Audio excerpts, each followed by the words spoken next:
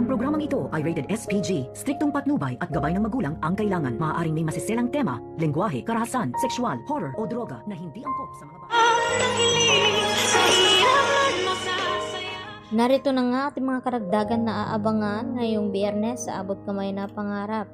Pagkatapos ng mag-usap itong si Lutos at itong si Giselle at nalaman nito na hindi pala totoo na hindi na operahan itong kanyang anak na si Carla, ay dito naman nagbabanta itong si Lotus kay Giselle na 4 nga raw itong paglalamayan nito. At dito na nga na inutos ni Lotus sa kanyang mga kasama na kunin daw itong si Annalyn Santos upang mayroon nga daw siyang gawin dito. At dito naman pumalag itong si Lynette at nagtanong kung ano daw ang gagawin ni Lotus sa kanyang anak na si Annalyn.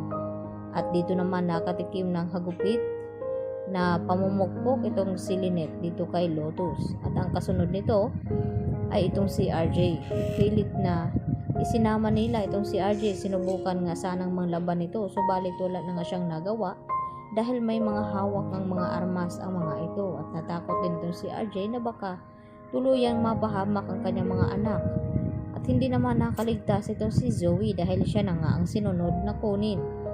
Bago nga kinuha si Zoe, dito naman sinabi ni Moira na pagkakataon ng araw nilang tumakas dalawa. Subalit mahihirapan nga sila dahil mas marami-rami pa ang mga kasama dito ni Lotus.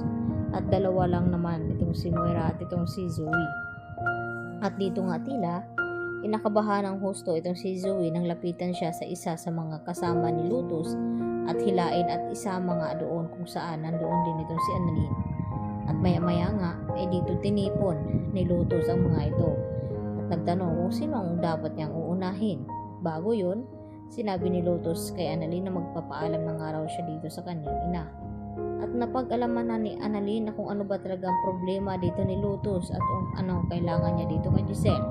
At nalaman ni Annalyn na itong kanyang kaharap ngayon ay siya na pala itong ina ni Carla na kanyang hinahanap dahil sa sulat na ibibigay nga dito ni Annalyn na galing dito kay Carla. Baka ito ang magiging sandata ni Annalyn upang hindi ituloy na masaktan siya ng tuluyan dito nga ni Lotus. Samantala, dito naman na matagumpay na iraos ni Irene ang kanyang mga plano laban dito kay Carlos dahil sa hindi na nga siya makahingi ng pera at lalo pat wala na nga natira sa kanya. Dito naman na ginamit ni Irene ang kanyang isip na gawa ng radio itong si Carlos at inaakit niya nga ito at muntik-muntika na nga nagpapadala itong si Carlos. At yun ang ipinagtataka nila Aling Susan at Doc Lindo na kung bakit hindi alam ni Carlos ang nangyayari dito sa City Jail. Nakalat na ngayon ito sa balita. Yun pala ay may ginagawang iba itong si Carlos dahil humingi nga ng tulong itong si Irene sa kanya at tinawagan ito.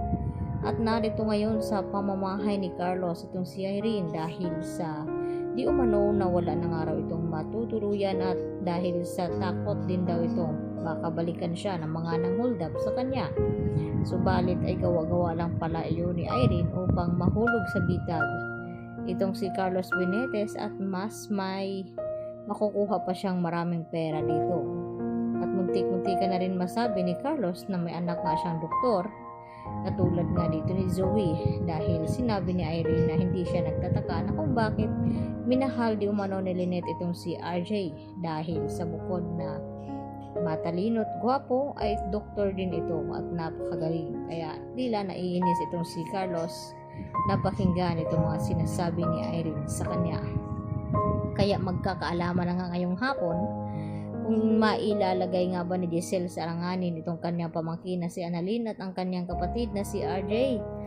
At kung matutuloy nga ba ang matinding galit dito ni Lotus at matutuklasan na nga ba niya na may pinapabigay itong kanyang anak na si Carla dito nga kay Lotus. Yan ang ating patuloy na pakabahan mamaya mga kapuso. At huwag niyo po sanang kalimutan i-like at i-subscribe ang channel na ito. Hanggang dito na lamang po muna. Maraming salamat sa inyong pananatiling panonood dito sa aking munting channel. Bye-bye!